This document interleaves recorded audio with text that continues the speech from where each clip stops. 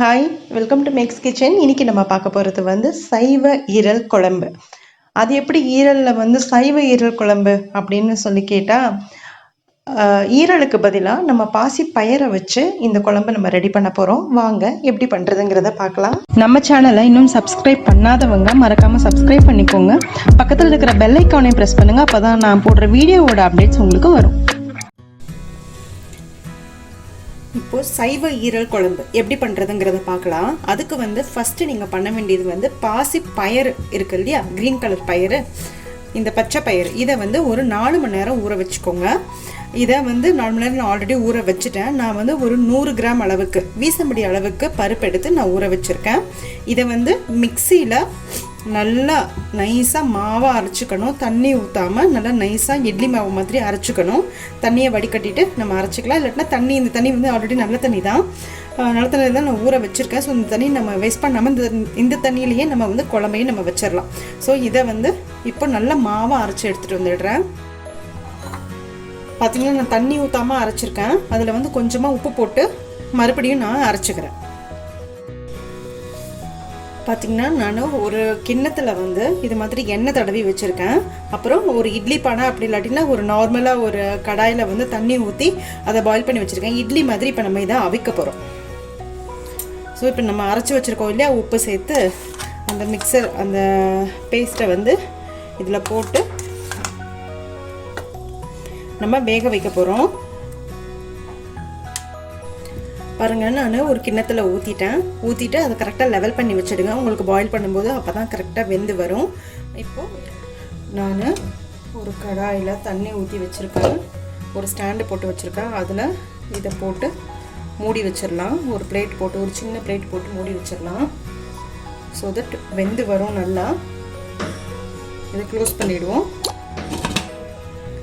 இப்போ ஒரு மீடியம் ஃப்ளேமில் ஒரு 8லேருந்து 10 நிமிஷம் ஆகும் இதை வேகிறதுக்கு. இது வேகிற முடிய நம்ம வெயிட் பண்ணலாம். வெந்ததுக்கப்புறமா நெக்ஸ்ட்டு ப்ராசஸ் என்னென்னு பார்க்கலாம். அதுக்கு முன்னாடி நீங்கள் வெங்காயம், தக்காளி, பச்சை மிளகாய், இஞ்சி, பூண்டு, கருவேப்பிலை, கொத்தமல்லி எல்லாத்தையுமே ரெடி பண்ணி வச்சுக்கோங்க. தேங்காயும் கொஞ்சம் கசகசா எல்லாம் போட்டு அரைச்சி வைக்கணும். அது நெக்ஸ்ட் ஸ்டெப் என்னன்னு சொல்லி பார்க்கலாம். இப்போது இது நல்லா இப்போ வேகட்டும். இப்போது ஒரு 10 நிமிஷம் ஆச்சு. இப்போ வெந்துருச்சான்னு பார்க்கலாம். ஒரு கத்தி வாரி உள்ளே வச்சு இந்த மாதிரி குத்தி எடுப்போம். பாருங்க, ஒட்டாமல் வந்திருக்கு. ஸோ இப்போ வெந்துருச்சு. இதை நம்ம ஆஃப் பண்ணிடலாம். ஆஃப் பண்ணிவிட்டு இதை கொஞ்சம் நேரம் மூடி போட்டு அப்படியே மூடி வச்சுடுங்க. இட்லி எப்படி நம்ம எடுப்போம், ஒரு 2 நிமிஷம் விட்டுட்டு அதுக்கப்புறமா எடுக்கும்போது ஒட்டாமல் வரும். சேம் அதே மாதிரி தான் இது அப்படியே இருக்கட்டும். ஒரு 2-3 நிமிஷம்க்கு அப்புறமா நம்ம எடுத்து அதை டிமோல்டு பண்ணி க்யூப்ஸாக கட் பண்ணிக்கலாம். இப்போ கடாய் வச்சுருக்கேன் அடுப்பில். அதுக்கு எண்ணெய் ஊற்றிக்கிறேன். எண்ணெய் கொஞ்சம் காயட்டும். எண்ணெய் காஞ்சிருச்சு. இந்த டைமில் ஒரு 1/2 டீஸ்பூன் சோம்பு போட்டுக்கலாம்.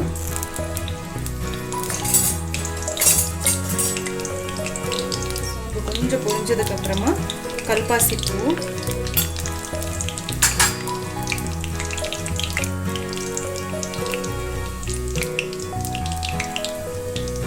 அப்புறம் கருவேப்பிலை,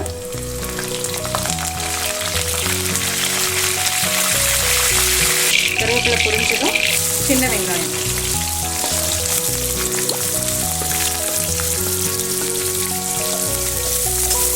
நான் ஒரு 10லேருந்து 15 சின்ன வெங்காயம் எடுத்துருக்கேன். இது வெங்காயம் நல்லா வதங்கட்டும். கொஞ்சம் இந்த டிரான்ஸ்பரண்ட் ஆகணும் இல்லையா, அந்த மாதிரி வதங்கணும். கம்ப்ளீட்டாக ப்ரௌன் ஆகிற அளவுக்கு வதக்கணும்னு அவசியம் இல்லை.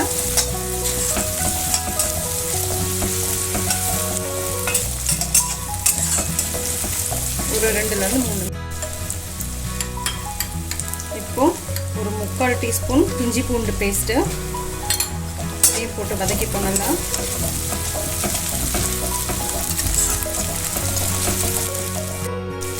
இஞ்சி பூண்டு வதங்கியாச்சு. இந்த டைமில் நான் தக்காளி, ஒரு 2 தக்காளி, மீடியம் சைஸ் தக்காளி கட் பண்ணி வச்சுருக்கேன், அதுவும் சேர்த்துக்கிறேன். தக்காளி நல்லா மேஷ் ஆகணும். அது முடிய வதக்கிப்போம்.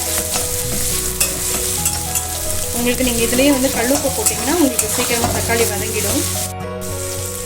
நான் கல்லுப்பு சேர்த்துக்கிறேன். பார்த்துட்டு சேர்த்துக்கோங்க. ஏன்னா நம்ம ஆல்ரெடி அந்த பாசி பயிர்லையும் நம்ம உப்பு போட்டு அரைச்சிருக்கோம். வேணும்னா நம்ம உப்பு போட்டுக்கலாம். அதனால் பார்த்துட்டு சேர்த்துக்கோங்க. தக்காளி கொஞ்சம் நல்லா மசியணும். அது முடிய இதனால் தக்காளி நல்லா மசிஞ்சிருச்சு. இப்போது இதுக்கு தேவையான அளவு குழம்பு மிளகாத்தூள் போட்டுக்கலாம். நான் வந்து ஆல்ரெடி குழம்பு மிளகாத்தூளோட ரெசிபி வந்து நம்ம சேனலில் ஆல்ரெடி இருக்குது. நீங்கள் போய் வேணால் செக் பண்ணி பார்த்துட்டு அது மாதிரி ரெடி பண்ணி வச்சுக்கோங்க. நான் அப்படி ரெடி பண்ண மிளகாத்தூள் தான் இன்றைக்கி நான் யூஸ் பண்ணுறேன். நான் வந்து ஒரு 3லேருந்து 4 ஸ்பூன் யூஸ் பண்ணிக்க போகிறேன்.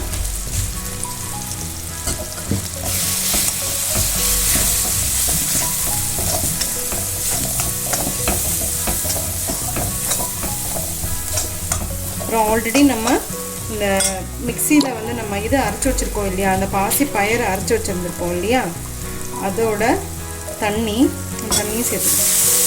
ஸோ உங்களுக்கு எதுவுமே வேஸ்ட் ஆகாது. ஏன்னா அரைச்சதுன்னு பார்த்தா ஊற வச்ச தண்ணியில் தான் நான் அரைச்சிருக்கேன். அது மாதிரி அந்த மிக்சியில் ஊட்டியிருக்க மசாலாவையுமே அந்த ஊற வச்ச தண்ணியிலேருந்து தான் எடுத்திருக்கேன். ஸோ உங்களுக்கு தண்ணி எதுவுமே வேஸ்ட் ஆகாது. பார்த்தீங்கன்னா குழம்பு வந்து நம்ம தாளித்து விட்டாச்சு. இப்போது மிளகாத்தூளும் போட்டாச்சு.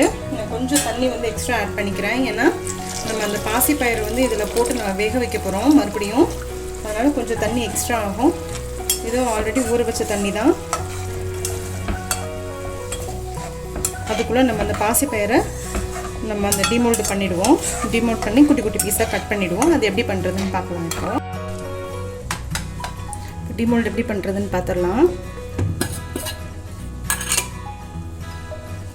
இந்த லைட்டாக இப்படியே வந்து ஓரத்தில் கத்தி வச்சு லைட்டாக வந்து கிழிக்கோங்க.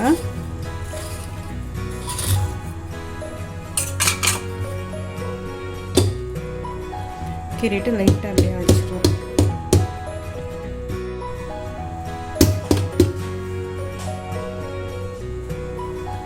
பாருங்கள் எவ்வளோ சூப்பராக ஒட்டாமல் வந்திருக்குன்னு.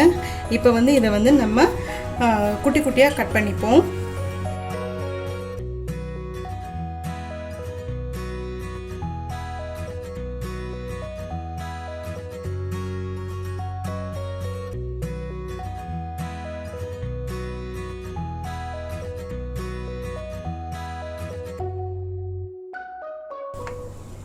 இது எல்லாத்தையுமே இப்போ கட் பண்ணி வச்சாச்சு. இதை வந்து நம்ம குழம்புல போட்டுடலாம். இப்போ குழம்பு நல்லா கொதிக்குதா, இந்த டைமில் நம்ம கட் பண்ணி வச்சதை போட்டுடலாம்.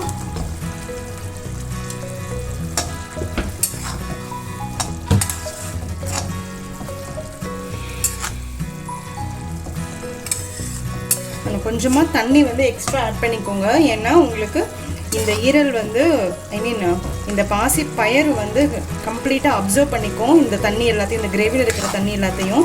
அப்போ உங்களுக்கு கெட்டி ஆகிடும். அதனால கொஞ்சமாக தண்ணி எக்ஸ்ட்ரா ஊற்றிக்கோங்க. உங்களுக்கு வந்து இந்த மாதிரி செமி கிரேவிலே வேணும் அப்படின்னு சொன்னால் நீங்கள் தேங்காய் வந்து போட தேவை கிடையாது. நீங்கள் என்ன பண்ணுங்கள், தண்ணியே ஊற்றாமல் இந்த பாசி பயிரை வேக வச்சுருக்கோம் இல்லையா, அது போட்டுட்டு மிளகுத்தூள் போட்டு நல்லா நீங்கள் நல்லெண்ணெய் ஊற்றி சுருள இது பண்ணிங்கன்னா ஹோட்டலில் கிடைக்கிற மாதிரி சூப்பரான ஈரல் வறுவல் வந்து உங்களுக்கு வெஜிடேரியனே நம்ம ரெடி பண்ணிடலாம். பட் நான் இன்றைக்கி வந்து கொஞ்சம் குழம்பு மாதிரி தான் வைக்க போகிறேன்.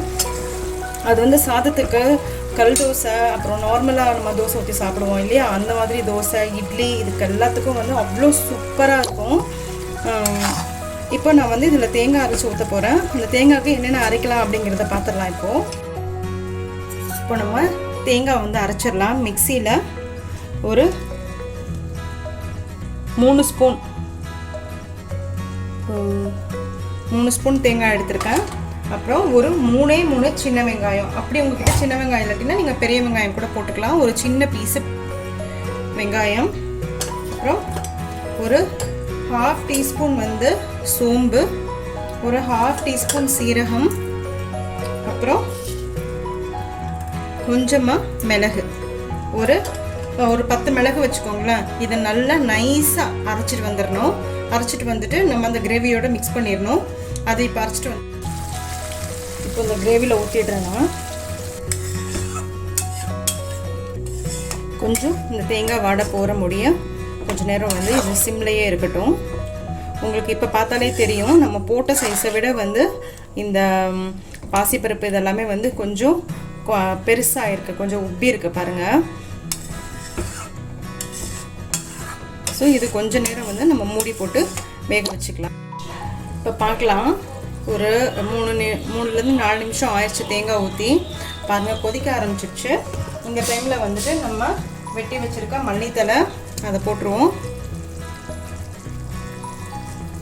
அதை போட்டு மறுபடியும் ஒரு 2லேருந்து 3 நிமிஷம் கொதிக்க விடுவோம். நல்லெண்ணெய் வேணும்னா நீங்கள் ஒரு தடவை ஊற்றிக்கலாம். பாருங்கள் நல்லா கொதிக்குது. இப்போது 2 நிமிஷம் ஆகிடுச்சு. இந்த டைமில் இந்த சூட்டோடையே கொஞ்சமாக ஒரே ஒரு ஸ்பூன் நல்லெண்ணெய்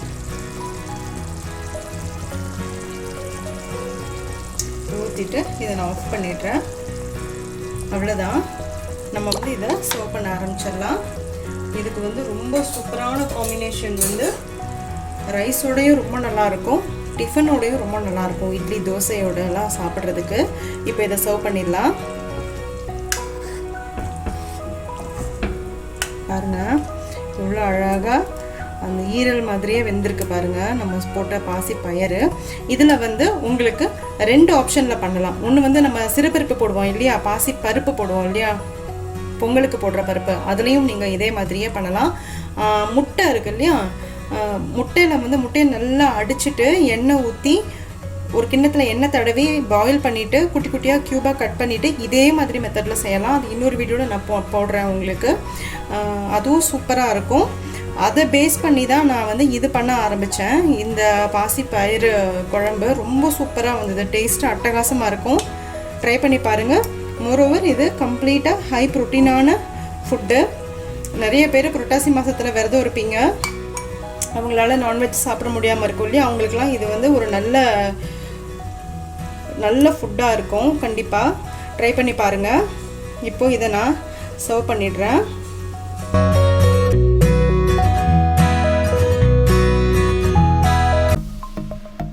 சப்ஸ்கிரைப் பண்ணுங்கள், மறக்காமல் பெல் ஐக்கானை ப்ரெஸ் பண்ணுங்கள். அப்போ தான் நான் போடுற வீடியோஸோட அப்டேட்ஸ் உங்களுக்கு வரும். லைக் பண்ணுங்கள், கமெண்ட் பண்ணுங்கள், ஃப்ரெண்ட்ஸோடு ஷேர் பண்ணுங்கள். தேங்க்யூ.